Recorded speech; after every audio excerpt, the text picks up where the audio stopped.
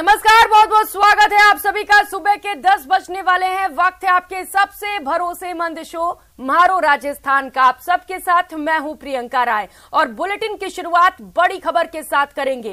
Paper leak कांड में इस वक्त की बड़ी खबर और बड़ा अपडेट सामने आ रहा है। करप्शन के किले पर सुनवाई तक कोई कार्रवाई नहीं की जाएगी। भूपेंद्र सारण को जेडीए ट्रिब्यूनल कोर्ट ने अंतरिम राहत दी है। अवैध मकान पर कार्रवाई पर कोर्ट ने रोक लगाई है। आज सुनवाई होने तक कार्रवाई पर कोर्ट ने रोक लगाई है। दोपहर बाद जेडीए ट्रिब्यूनल कोर्ट में सुनवाई की जाएगी। नोटिस के खिलाफ गोपाल सारण ने कोर्ट में याचिका लगाई है। जेडीए के नोटिस को जेडीए ट्रिब्यूनल कोर्ट ने चुनौती दी है। अब न्यायिक मोर्चे पर मुकाबले के लिए जेडीए ने तैयारी की है।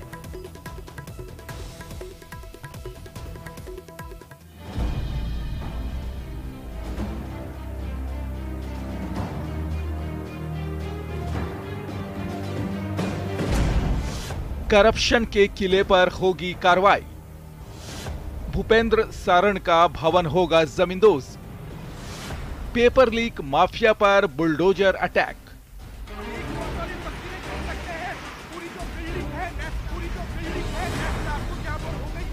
आप ये तस्वीरों के अंदर देख सकते हैं पूरी तरीके से जो बिल्डिंग है वो जमींदोज हो गई है। 24 दिसंबर के सीनियर टीचर भर्ती पेपर लीक मामले में फरार सरगना सुरेश ढाका और उसके सहयोगी भूपेंद्र सारण को भले ही पुलिस ना पकड़ पाई हो, लेकिन उनके खिलाफ सख्त कार्रवाई की जा रही है।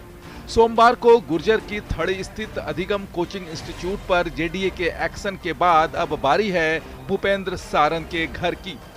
संबंधित पक्ष को अवैध जो हमने चिन्हित करके अवैध निर्माण और अतिक्रमण हटाने और उनका जवाब पक्ष को यदि प्रस्तुत करना है तो उसके लिए हमने समय सीमा 5 बजे तक का दिया था। 2 दिन पहले जेडीए ने उसके घर पर नोटिस लगाया था। उस नोटिस का बुधवार तक कोई जवाब पेश नहीं किया गया। इसके बाद गुरुवार सुबह जेडीए ने लीगल नोटिस जारी किया। हालांकि मकान मालिक की तरफ से जेडीए ट्रिब्यूनल कोर्ट में याचिका दायर की गई। ऑनरेबल ट्रिब्यूनल में भी हमने हमारा पक्ष ये रखा।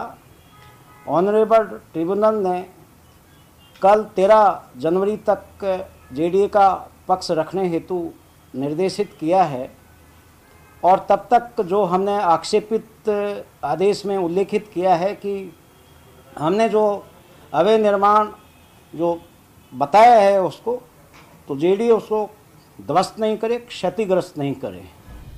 भूपेंद्र सारण और गोपाल सारण के अजमेर रोड रजनी विहार स्थित मकान के संबंध में नोटिस जारी किया गया है। जेडीए के मुताबिक जांच में सामने आया था कि करीब 28 बाई 46 फीट के प्लॉट पर 0 सेटबैक बना है और मकान में तय मानक से 2 मंजिल ज्यादा बनाई गई है। वहीं मकान के आगे 4 फीट का रैंप और अन्य निर्माण करके सरकारी जमीन पर भी कब्जा किया गया है। नहीं, एंट्री ऑर्डर जारी किया है कोर्ट ने कि कल तक जेडीए इस बिल्डिंग को डिमोलिश नहीं करे, क्षतिग्रस्त नहीं करे और नोटिस जारी कर दिए हैं जेडीए को। कल उनको रिप्लाई देना है, आगे का कार्रवाई कल के बाद होगी। वहीं जेडीए की एक दूसरी टीम पेपर लीक मामले के दूसरे मास्टरमाइंड सुरेश ढाका के यहां भी 10 जनवरी को पहुंची थी। ढाका की चित्रकूट नेमिसार कॉलोनी में एक लग्जरी फ्लैट है, लेकिन जेडीए की टीम को इस फ्लैट के निर्माण में कोई अवैध चीज नहीं मिली।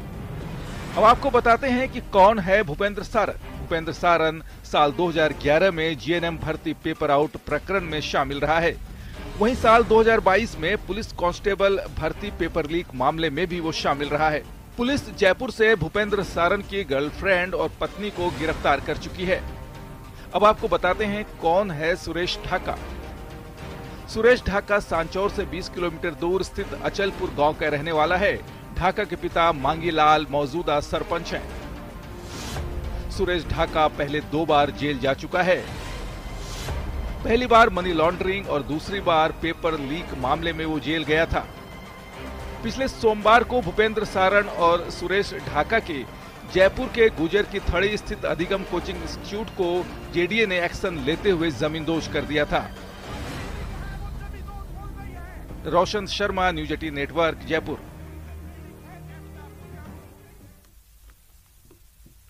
तो पेपर लीक कांड में इस वक्त का सबसे बड़ा अपडेट आपको बता रहे हैं। करप्शन के किले पर सुनवाई तक कोई कार्रवाई नहीं की जाएगी। रोशन सहयोगी हमारे साथ ज्यादा जानकारी के साथ जुड़ चुके हैं। रोशन, एक बहुत बड़ी खबर इसे कह सकते हैं, क्योंकि जब तक सुनवाई नहीं की जाएगी तब तक कोई कार्रवाई नहीं की जाएगी। ये सुनवाई कब तक की जाएगी और क्या आज फैसला सामने आ जाएगा, इसे लेकर जानकारी दीजिएगा।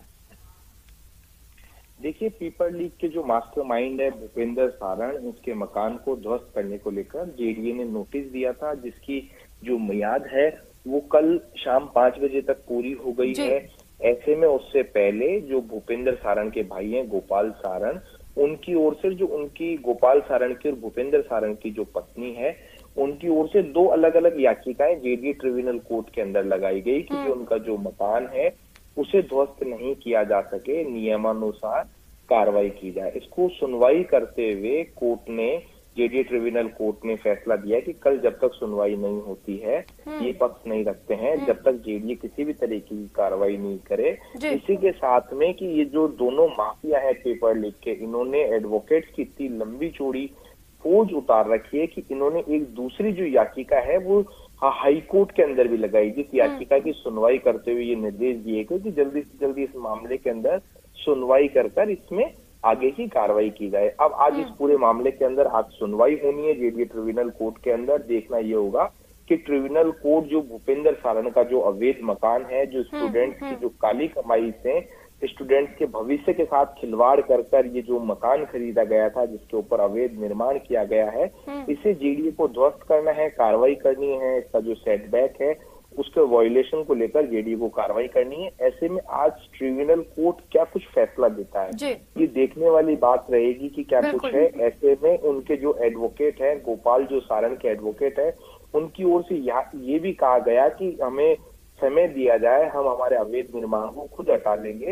ये जो जवाब है नोटिस की एवज में जेडीए को देना था, लेकिन जेडीए का ये तर्क है कि अभी तक उन्हें इस प्रकार का कोई भी जवाब नहीं मिला है कि वो अपने स्तर के ऊपर खुद बना लेंगे। और वहीं जेडीए की ओर से आज इस पूरे मामले के अंदर जो जेडीए की ओर से वकील है, हाईकोर्ट के वकील जेडीए ट्रिब्यूनल में आ रहे हैं, बताया जा रहा है कि अमित कुड़ी आज खुद इस पूरे मामले की पैरवी करेंगे। जो डबल एजी है मिस्टर मेहता, वो खुद इस पूरे मामले की मॉनिटरिंग में लगे हुए हैं कि किसी भी तरीके से ये जो पूरा मामला है जेडीए इस पूरे मामले के अंदर कार्रवाई करे, जो अवैध जो निर्माण है वो उसके ऊपर कार्रवाई हो। क्योंकि ये इस वजह से भी अहम हो गया है कि जिस तरीके से जो अधिगम कोचिंग के ऊपर जो कार्रवाई हुई है, उसके बाद में जेडीए के ऊपर कई सवाल खड़े हुए थे कि जो किराए की जो बिल्डिंग थी उसको ध्वस्त कर दिया गया है।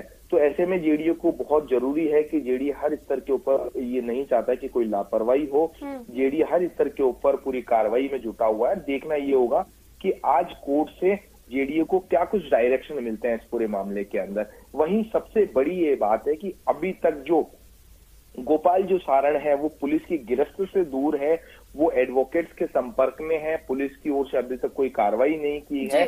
बताया जा रहा है कि गोपाल सारण राजस्थान पुलिस में सब इंस्पेक्टर के पद पर था और वो काफी समय से जो पेपर लीक है और जो फर्जी डिग्री का मामला है, उन कई मामलों के अंदर वो वांछित है, मोस्ट वांटेड है और उसका निलंबन चल रहा है। लेकिन अभी तक अब ये भी मांग की जा रही है कि सरकार क्यों ना जो गोपाल सारण है उसे, जो पुलिस सेवा है, उससे बर्खास्त किया जाए और साथ ही साथ में इस पूरे मामले की जो जांच है वो क्यों ना सीबीआई को दी जाए, क्योंकि इस तरीके की जानकारियां भी सामने आ रही हैं। बिल्कुल रोशन, लगातार ये मांग तो सभी की ओर से की जा रही है कि इस पूरे मामले को लेकर जो जांच है वो सीबीआई को सौंप दी जाए, लेकिन इसके साथ ही ये भी अहम है कि जो मुख्य सरगना है वो कहाँ गिरफ्तार है, मुख्य आरोपी कब तक गिरफ्तार होंगे, ये बड़ा सवाल है। और इसके साथ ही आज जेडीए ट्रिब्यूनल कोर्ट जो फैसला लेगा वो भी देखने वाली बात होगी कि क्या कुछ फैसला लिया जाता है। लेकिन तैयारियां कैसी हैं जेडीए की ओर से, किस तरीके की दलीलें कल वहां पर पेश की गई, इसे लेकर अगर आप जानकारी दे पाए रोशन।